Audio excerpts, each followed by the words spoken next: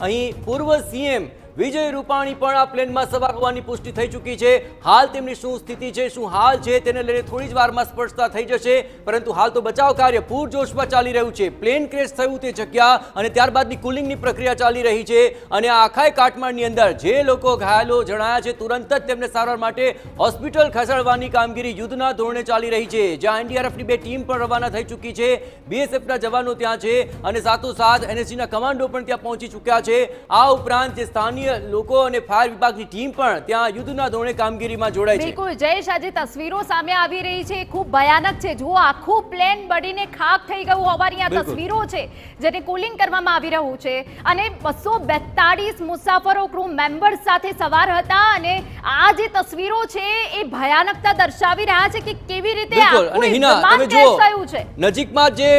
Building છે ત્યાં જ આ પ્લેન ક્રેશ થયું છે અને તેને કારણે આસપાસના વિસ્તારોમાં જે ધુમાડો પ્રસરી ગયો, આ બિલ્ડિંગમાં રહેતા લોકોમાં પણ તેને કારણે સ્વાભાવિક રીતે ભય વ્યાપી ગયો હતો, નાસભાગ મચી ગઈ હતી। એ લોકો પણ અચાનક જ બનેલી આ ઘટનાને કારણે ખૂબ જ ગભરાયેલા જોવા મળ્યા હતા, પરંતુ પ્લેન ક્રેશ થયા બાદ તેમાં લાગી ગઈ આગ અને મોટી સંખ્યામાં ધુમાડો પ્રસરી ગયો હતો અને પ્લેનની હાલત જોયા પછી ચોક્કસપણે કહી શકાય કે મૃત્યુઆંક વધી શકે છે। 100 થી પણ વધારે લોકો ઘાયલ થયા હોવાની અત્યારે પ્રાથમિક વિગતો મળી રહી છે, પરંતુ તેમાં પણ ચોક્કસપણે આગામી સમયની અંદર વધારો જણાઈ શકે છે, કારણ કે પ્લેન મોટી સંખ્યામાં 242 લોકો લઈને ઉડ્યું હતું, પરંતુ ટેકઓફ બાદ ગણતરીની ક્ષણોની અંદર જ આ પ્લેન ક્રેશ થઈ ગયું અને પ્લેનની હાલત જોઈને ચોક્કસપણે એ શક્યતા વ્યક્ત કરવામાં આવી રહી છે કે મૃત્યુઆંક વધી શકે છે, ઘાયલોની સ્થિતિ વધારે વિકટ બની શકે છે અને હાલ આ આખી કાટમાળની કુલિંગ પ્રક્રિયા બાદ જે કોઈ પણ ઘાયલ મળી રહ્યું છે તુરંત તેને હોસ્પિટલ ખસેડવાની કામગીરી ચાલી રહી છે। અપડેટ આપી દે, ભાજપ નેતાઓ અને પોલીસ વડા ઘટના સ્થળ પર પહોંચ્યા છે અને સાથે સાથે અમિત શાહે મુખ્યમંત્રી ભૂપેન્દ્ર પટેલ, ગૃહ રાજ્યમંત્રી, પોલીસ કમિશનર સાથે વાતચીત પણ કરી છે।